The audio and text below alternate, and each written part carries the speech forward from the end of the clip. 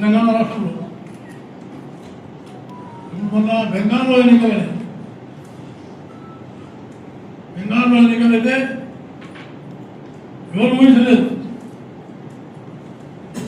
చాలా పెద్ద తుఫాన్లాగా వచ్చి బెంగాల్లో ఈ జాతీయవాద శక్తి పార్టీ ఉన్నతమైన స్థానానికి రావడం అంటే శ్యామప్రసాద్ ముఖర్జీ గారికి అది గొప్ప నివాళులు అర్పిస్తున్నామని నేను మీకు సవాల్ 2047 కల్లా భారతదేశాన్ని అత్యున్నతమైనటువంటి దేశాల్లో తీసుకురావాలని వికసిత్ భారత లక్ష్యాన్ని పెట్టాడు. ఇది సామాన్యమైన లక్ష్యం కాదు. అమెరికా, రష్యా, చైనా, ఇప్పుడే మనం జపాన్ దాటినాం, జర్మనీని ఎప్పుడో దాటినాం. కాబట్టి ఇప్పుడు దాటాల్సింది ఏంటంటే అమెరికాను దాటాలి, రష్యాను దాటాలి, చైనాతో సమానంగా రావాల్సిన అవసరము భారతదేశానికి ఉంది. కాబట్టి ప్రధానమంత్రి మోడీ గారు 2047లో వికసిత్ భారత్ లక్ష్యాన్ని పెట్టినారు. వికసిత్ భారత్ అంటే రైతులు బలంగా ఉన్నారు, గ్రామీణ ప్రాంతం బలంగా ఉన్నారు,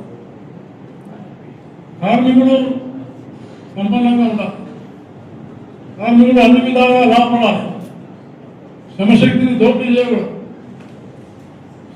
దోపిడీ చేయకుండా వాళ్ళకు కనీసమైనటువంటి ఒక వేతనాల విషయంలో కానీ, వాళ్ళ విద్య, వైద్యం, ఆరోగ్య విషయంలో కానీ అన్ని విషయాల్లో చేయాల్సి వస్తుంది.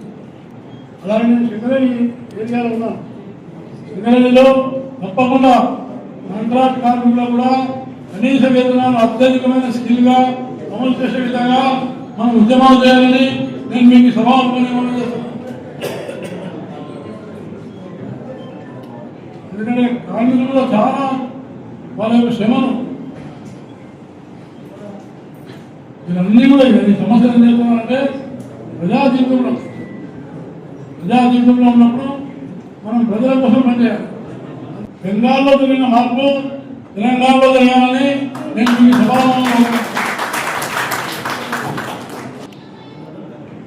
రాబోయే రోజుల్లో శాసనసభలో, పార్లమెంట్లో ఈ 30% రిజర్వేషన్స్ మహిళలకు రాబోతున్నది స్పష్టమైన సందేశం అని నేను మీకు సభాముఖంగా చేస్తున్నాను.